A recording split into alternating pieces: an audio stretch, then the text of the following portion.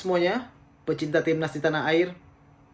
Kali ini saya akan mereview pertandingan antara Indonesia melawan Filipina yang akan dihelat di Stadion Manahan Solo pada hari Minggu. Bicara kedua tim ini, baik dari pasukan Garuda maupun Filipina ini memiliki statistik, sama-sama memiliki hasil minor pada laga-laga sebelumnya. Ya, pasukan Garuda mengalami kekalahan saat melawan Vietnam saat bertandang di markas Vietnam, ya. Yang dimana pasukan Garuda Muda ini harus mengakui kekalahan 1-0 ya, lewat gol dari kapten Vietnam, Nguyen Quan Hai. Itu berawal dari kemelut di lini pertahanan Garuda Muda.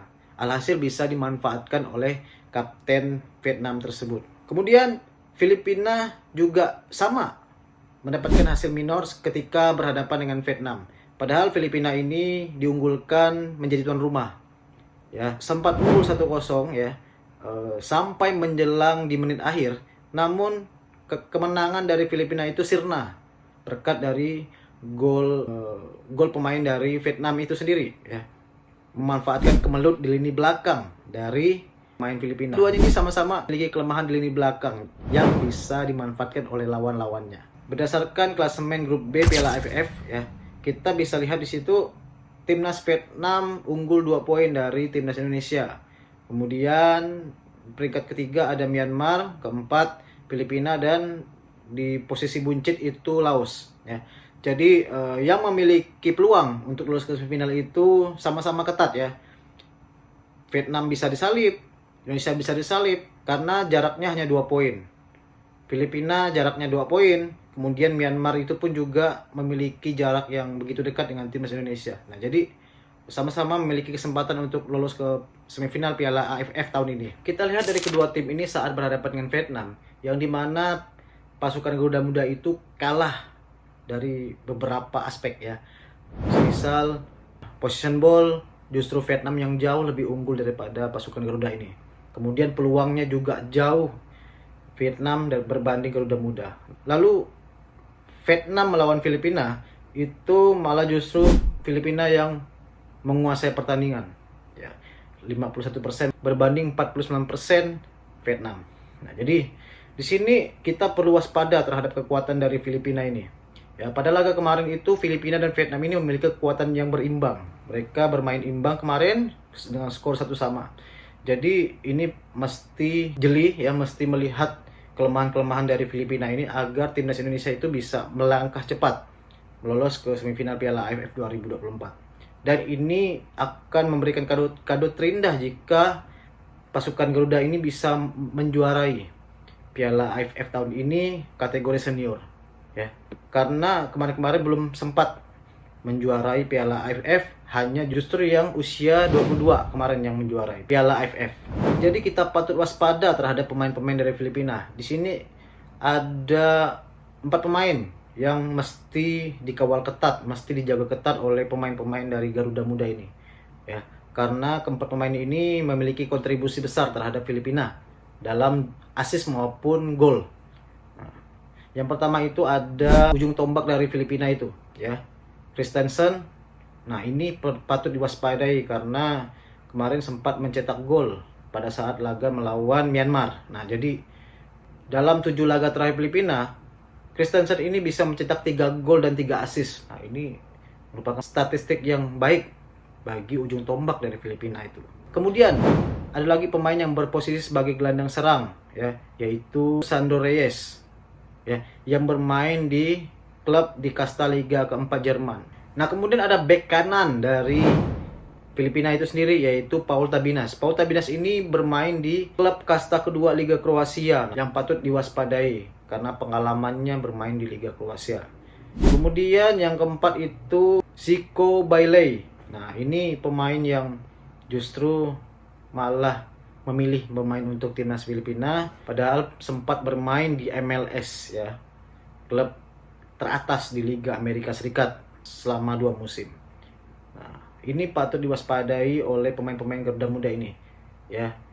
Jangan sampai pemain-pemain Garuda ini kehilangan kontrol, kehilangan passing, dan bisa dimanfaatkan oleh pemain-pemain yang memiliki kualitas di Filipina. Saat melawan Filipina nanti di hari Minggu, Sinteyong perlu memainkan Struijk menjadi ujung tombak saat berhadapan dengan Filipina.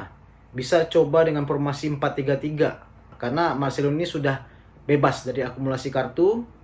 Kemarin kan sempat mendapatkan kartu merah, jadi pada laga ini Marcelo bisa dimainkan sebagai starter, bermain di winger sebelah kiri. Nah, kemudian Rafael Struijk itu bermain sebagai ujung tombak, dan sebelah kanan bisa Hoki Caraka yang memiliki pengalaman bermain di timnas senior. Kemudian di lini tengah itu tetap jadi pilihan utama, yaitu Arkan Fikri. Arkan Fikri ini mesti lebih tenang lagi dalam bermain, ya, jangan sampai berlama-lama dengan bola. Nanti yang dikhawatirkan bisa direbut oleh pemain Filipina.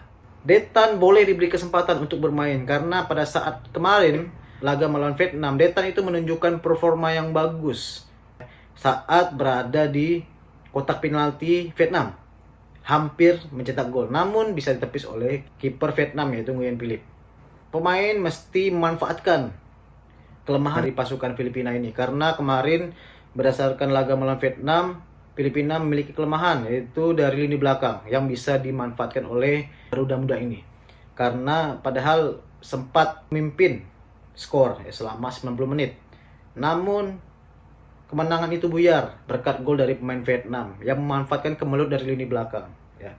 Jadi ini bisa dimanfaatkan sebaik-baiknya oleh pasukan Garuda Muda dengan bermain cepat, bermain tim, ya, bermain solid, passing 1-2.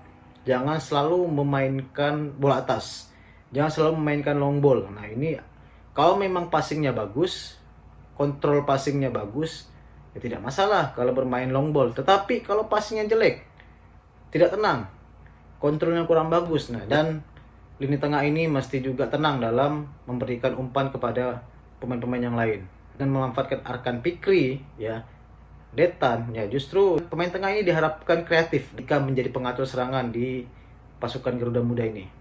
Jika bermain kreatif pasti ya tidak kebingungan dalam melihat posisi pemain-pemain yang lain. Nah, oke, jadi pemain perlu memaksimalkan laga terakhir ini ya sebagai penentu untuk lolos ke semifinal Piala AFF.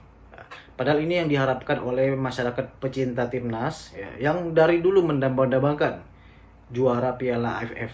Memang kita sudah berbicara jauh sampai ke Piala Asia, tetapi Piala AFF ini ya tentunya ini menjadi kado terindah lah, ya, untuk masyarakat cinta timnas tanah air. Apalagi Sintayong ini juga mesti menunjukkan kualitas dari sisi kepelatihannya agar bisa menyabet Piala AFF ini. Karena dari sejak awal menahkodai pasukan Garuda ini belum satupun untuk menjuarai Piala AFF. Semoga timnas bisa berbicara banyak ya di Piala AFF tahun ini. Jangan sampai hanya tersisih di fase grup. Jika Filipina dan Indonesia ini berakhir dengan imbang, pasti akan mengkhawatirkan posisi timnas di grup B ini. Karena kita akan menunggu laga antara Myanmar melawan Vietnam. Jika Myanmar menang, justru ya Indonesia akan kesalip oleh Myanmar. Jika Indonesia bisa memenangkan melawan Filipina ini, ya pastinya langsung melenggang cepat lolos ke semifinal. Dan Thailand sudah menunggu ya di babak semifinal itu. Masih ada kemungkinan besar tim-tim yang di grup B ini saling merebutkan posisi di semifinal. Hanya Laos saja yang tidak berpeluang untuk lolos ke semifinal. Cuman keempat tim yang di grup B ini memiliki kesempatan untuk lolos ke semifinal. Jadi laga pada hari Minggu nanti ini penentu ya bagi pasukan Garuda Muda ini, apakah bisa lolos ke semifinal atau terhenti di fase grup. Dan ya, bertemu lagi di tahun ke depan Piala AFF 2026. Nah, ini jangan sampai timnas Indonesia itu tidak lolos ya. Semoga Sintayong dan pemain bisa bermain maksimal dan memberikan kontribusi yang baik, memberikan kabar baik untuk pecinta timnas di tanah air dan masyarakat yang menanti-nanti juara Piala AFF. Semoga timnas Indonesia ini bisa mengalahkan Filipina ya dengan bermain yang tenang, dengan kontrol passing yang bagus, ya, tidak bermain individu, ya, umpan 1-2 pastinya jeli dalam melihat pemain-pemain yang lain. Jangan sampai passing ke pemain lain itu salah dan kurang akurat ya. Jadi jangan sampai berlama-lama memegang bola, yang dikhawatirkan itu bisa direbut oleh pemain Filipina. Itu saja preview laga antara Indonesia melawan Filipina. Semoga timnas Indonesia itu bisa memberikan perlawanan yang sengit ya, bisa memberikan perlawanan yang baik ketika berhadapan dengan Filipina dan bisa melenggang pesat ke semifinal. Oke, terima kasih sudah menonton video ini. Mohon dukungannya ya, agar saya terus memberikan ulasan-ulasan pertandingan dari Timnas Indonesia. Oke, terima kasih. Kita berjumpa pada edisi video selanjutnya.